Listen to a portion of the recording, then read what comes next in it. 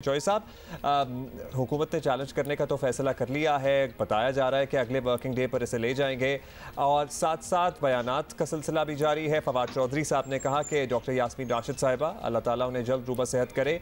उनकी तबीयत ज़ाहिर है ज़्यादा ख़राब है शहबाज शरीफ साहब से। He is a cancer survivor and she still fighting with cancer. जब वो अपना इलाज पाकिस्तान में करा सकती हैं तो शहबाज शरीफ साहब भी अपना फॉलोअप यहाँ करा लें।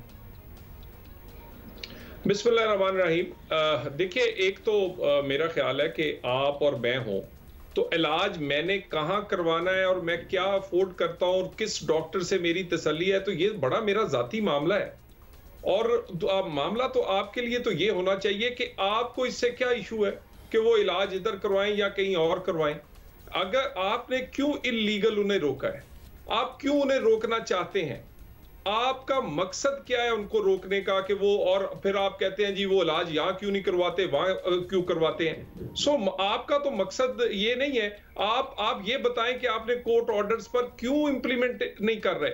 आप ये बताएं, आप कौम को क्यों नहीं बता पाए कि आप अदालत को मुतमिन नहीं कर पाए। और आप बार बार ये क्या कहते हैं, कागज लहराते हैं, बार बार हम पर इल्जाम लगाते हैं, और जब अदालत जाता है आशियाना का आप फैसला पढ़ लें, साफ पानी का पढ़ लें, ख्वाजा साद रफीक का पढ़ लें, एहसन इकबाल साहब का पढ़ लें, आप खाकान अब्बासी का पढ़ लें, आप मियां नवाज शरीफ का फैसला पढ़ लें जिसमें वो कहते हैं करप्शन की कोई बात साबित नहीं हुई।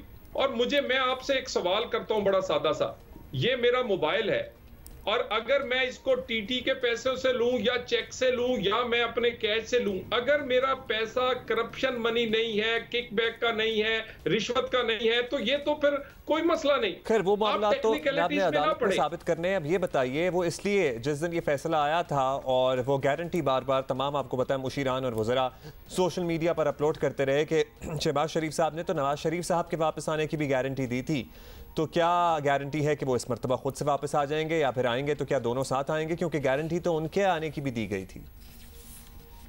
देखिए, उन्हें कहें जरा गौर से पढ़ लें गारंटी, उसमें बड़ा क्लियरली मेंशन्ड है कि जब उनके डॉक्टर्स इजाजत देंगे, और अगर वो नहीं पढ़ पाते तो मैं आपको दोबारा डॉक्यूमेंट भेज देता हूं जो शहबाज साहब ने गारंटी का दिया है कि जब डॉक्टर्स मियां नवाज शरीफ के ये मुनासिब समझेंगे कि इलाज हुआ उसके बाद वो वापस आएंगे।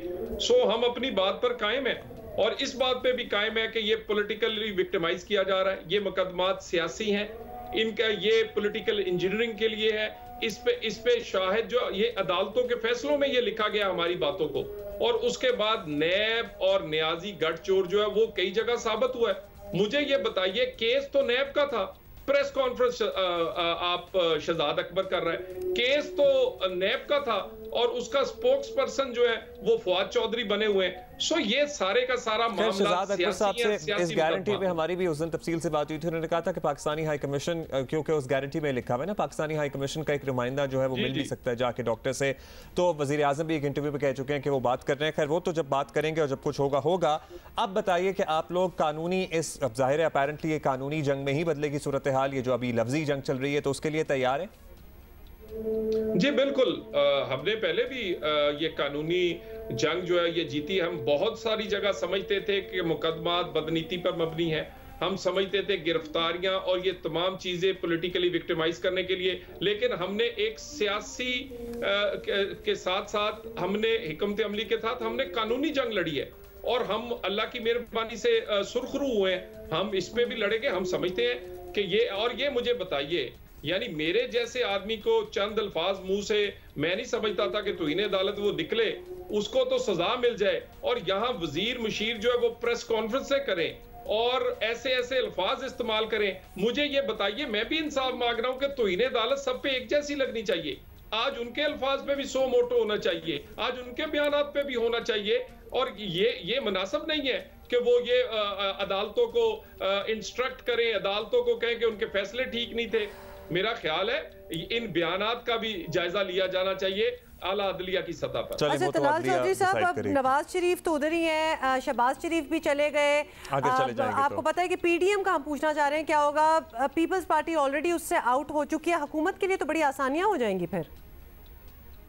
देखिए, एक तो पीडीएम की नाकामी हुकूमत की कामयाबी नहीं है।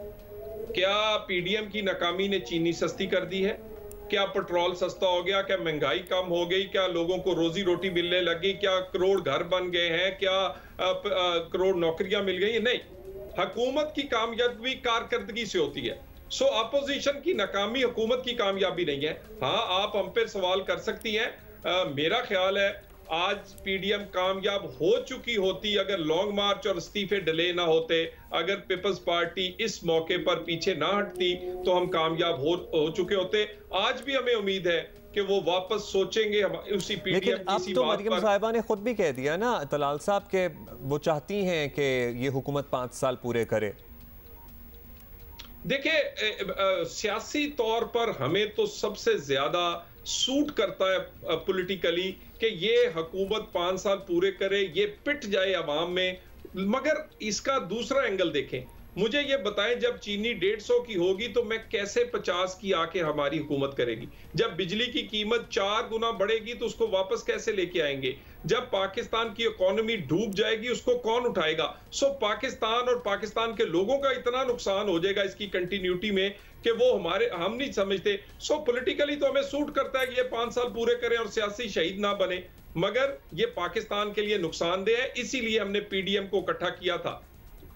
ऑल राइट, आपने कहा कि हम कैसे चीनी दोबारा 50 पे करेंगे, तो यानी अपने जहन में आप अपने आप को दोबारा बरसर इक़्तिदार पूरा तैयारी के साथ देख रहे हैं। थोड़ी सी प्लानिंग हो रही है। बिल्कुल नहीं, मैं कैसे ना देखूं ना जी। आप वजीराबाद का रिजल्ट देख लें, आप डस्का का देख लें, नुशैरा का देख लें, आप क्या कहते हैं खुशाब का देख लें, कराची का देख लें, और अब लोगों के पास एक ही ऑप्शन बची है और एक ही उम्मीद बची है, वो नवाज शरीफ है। वो नवाज शरीफ का नजरिया और उसकी टीम है। अगर ये और आप देख लीजिएगा, इसके अलावा और ऑप्शन आपके पास चलें जी, लेट्स सी कराची में तो खैर Peoples Party was the winner. Thank you Talal साहब, thank you for your time.